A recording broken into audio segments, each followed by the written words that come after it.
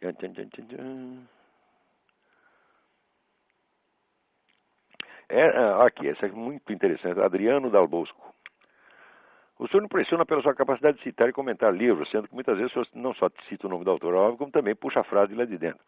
Outro dia, se não me falha a memória, o senhor disse que um estudante sério deveria ler pelo menos 87 livros por ano. Não lembro se o número é exatamente esse. Não, não é exatamente 87, é mais ou menos 80.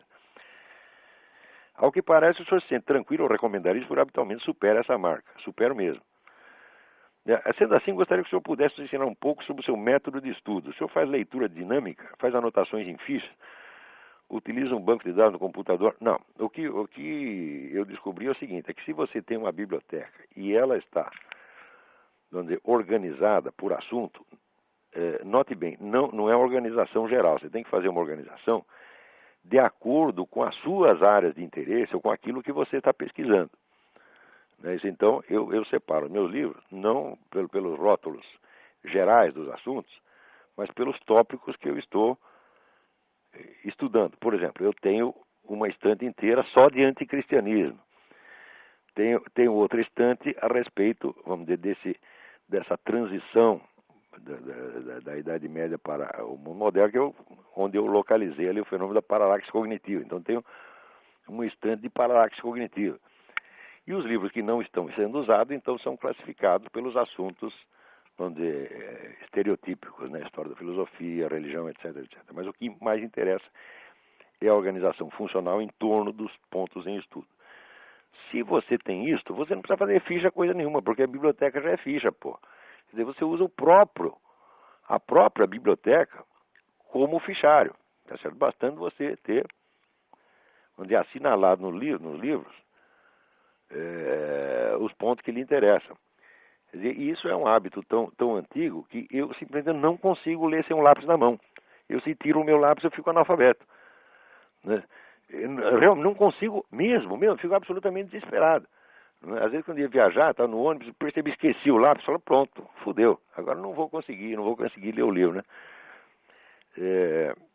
Então, assim, você vai anotando só os tópicos que te interessam. Não rabisque livro inteiro, não, você tá entendendo? Porque senão você vai se confundir. Você tem que marcar só os pontos que interessam. Né? Então, eu tenho muito livro aqui que eu vou lá, né, com lápis, leio par, que não interessa nada. Lá no meio tem um pedacinho marcado. Esse pedacinho entra nos meus arquivos. Então, essa é a primeira coisa. E segundo, não faça leitura dinâmica, não. Leia devagar, não tenha pressa.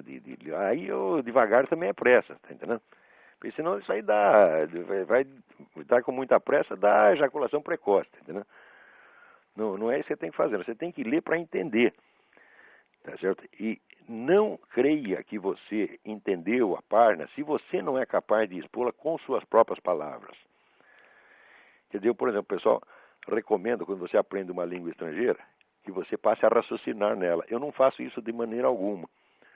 Tudo que eu leio em inglês, francês, italiano, espanhol, até um pouquinho de alemão, eu leio alemão com muita dificuldade, mas leio. Tudo isso eu traduzo mentalmente.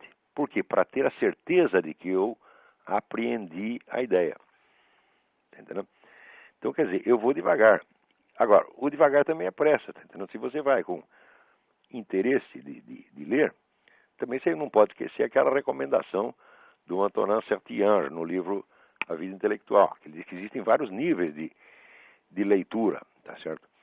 Existe a leitura formativa, a leitura informativa, quer dizer, a leitura de inspiração e a leitura de divertimento. Então, quer dizer, em geral, eu estou com alguns livros que são centrais para o que eu estou estudando nesse momento, e esse livro eu não me incomodo de levar 1 ano, 2 anos para lê-lo. E em volta, quando eu canso disso, eu vou lendo outras coisas mais rapidamente, pelo menos para me informar sobre o que são os livros. Se algum dia eu precisar voltar a eles, eu volto.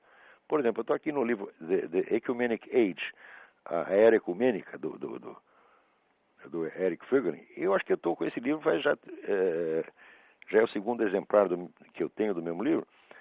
Eu estou lendo esse livro faz uns 3 ou 4 anos, porque toda hora eu volto a ele. Tá entendendo? Tanta coisa que tem lá dentro, e cada vez que eu volto lá, eu descubro que tinha maiores profundidades que eu não tinha pegado. Outra coisa que eu recomendo para você é o seguinte: não discuta com o autor enquanto você está lendo. Aceite tudo como se fosse a mais pura verdade. Tá certo? Quer dizer, raciocine como ele. Faz como você faz quando vai ver um filme. Um filme, o que que é? Você assistir um filme é como se fosse um sonho. É você que está sonhando. Quer dizer, na hora que você vê aquelas imagens fluindo, você está assistindo aquilo como se você estivesse sonhando. Então você assume o sonho, você não critica o sonho. Né? Depois que você acorda, que você vai ver se aquilo é possível ou não é possível. Então, eu, quando estou lendo o livro, eu me deixo impregnar inteiramente por ele, sem medo de ser enganado. Por quê? Porque se o sujeito estiver enganado, isso aí vai aparecer mais cedo ou mais tarde. No mínimo, você lendo vários livros, você se deixando impregnar por influências diferentes, elas mesmas, elas se compensam umas às outras, tá entendendo? Então, vamos dizer, a confiabilidade, a ausência de desconfiança é muito importante. Então, é mais importante você saber onde o autor tem razão, não importando se ele é Karl Marx, São Tomás de Aquino, Eric Wegener ou Aristóteles. Né? Outra coisa, que até a minha mulher está me lembrando, passou aqui um bilhetinho. Lembra, quase, vamos dizer, uns 80% do que eu estudei na vida foi assim, em intervalo de trabalho, em ônibus, em sala de espera. Onde quer que eu vá, eu tenho horror de fila, eu tenho horror de ficar esperando sem fazer nada. Então eu ando com 2, 3 livros para todo lugar que eu vou por uma mera questão de precaução. Vai que o nego me bota numa fila, eu já tenho o que fazer. Né? Então, assim, esse trabalho constante. Né? E tudo depende, no fim das contas, a coisa fundamental em qualquer estudo é o interesse verdadeiro, tá certo? Que determina a sua capacidade de estudo. Não é o seu QI, tá certo? O meu QI, pelos testes, ele não é baixo, ele é, pelos testes, 147. Mas é inferior ao da Madonna, como você pode perceber, tá certo? Mas eu tenho a impressão que esse QI aumentou, porque eu, quando era moleque, eu era muito burro. Mas o interesse verdadeiro de saber, ele torna você inteligente, entendeu? Se você quer saber mesmo, ninguém segura. Entendeu? Então, sempre o interesse. Outra coisa, não estude coisas só por obrigação exterior, fuja disso. Né? Só estude aquilo que você tem realmente interesse. Bom, esse não é um método, é apenas algumas dicas soltas. Tá bom? Espero ter ajudado em alguma coisa. Tem pessoa também que a gente pensa assim, eu lembro de uma frase que se dizia do antigo presidente da Câmara, o Bilac Pinto, que uma vez um senador desse dele, olha, o Bilac, ele lê, mas não cabe. Entendeu?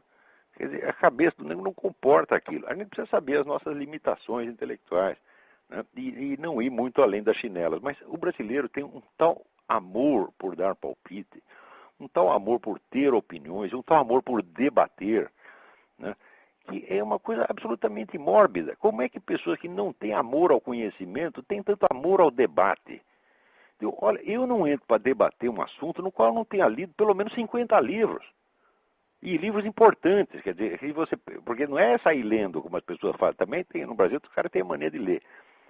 Eu tinha um colega que lia, quando eu era jovem, eu tinha um colega, a gente morava no mesmo apartamento, ele tinha pilhas e pilhas de livros, ele lia o dia inteiro, ele lia.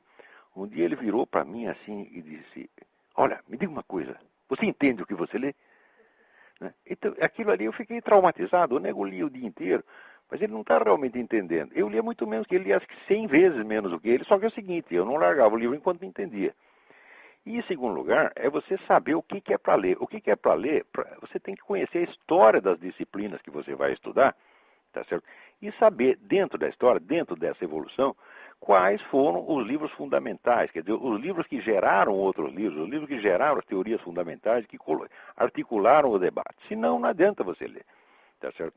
Olha, eu passei aqui 40 anos organizando a minha biblioteca nesta base. Quer dizer, eu peguei a filosofia e ciências humanas e falei, eu vou reconstituir aqui só o que foi aquilo que realmente marcou o debate, você está entendendo? Depois de eu fazer isso, eu começo a pegar um outro tipo de livro, fazer uma segunda, uma segunda fileira na biblioteca, que são os livros que não marcaram época, que não foram importantes na evolução da disciplina, mas que deveriam ter sido, de acordo com o meu julgamento. Então, são obras de segundo plano, historicamente de segundo plano, mas cujo valor intrínseco seria grande. Então, estas obras, elas mostram já não a evolução histórica da disciplina, mas a evolução futura possível. Quer dizer, foram as sementes importantes que foram abandonadas. Mas é claro, para você chegar ao ponto de poder descobrir esse segundo tipo de livro, você precisa ter absorvido o primeiro, vamos dizer, os primeiros primeiro. Quer dizer, primeiro os livros que foram historicamente fundamentais, depois os outros.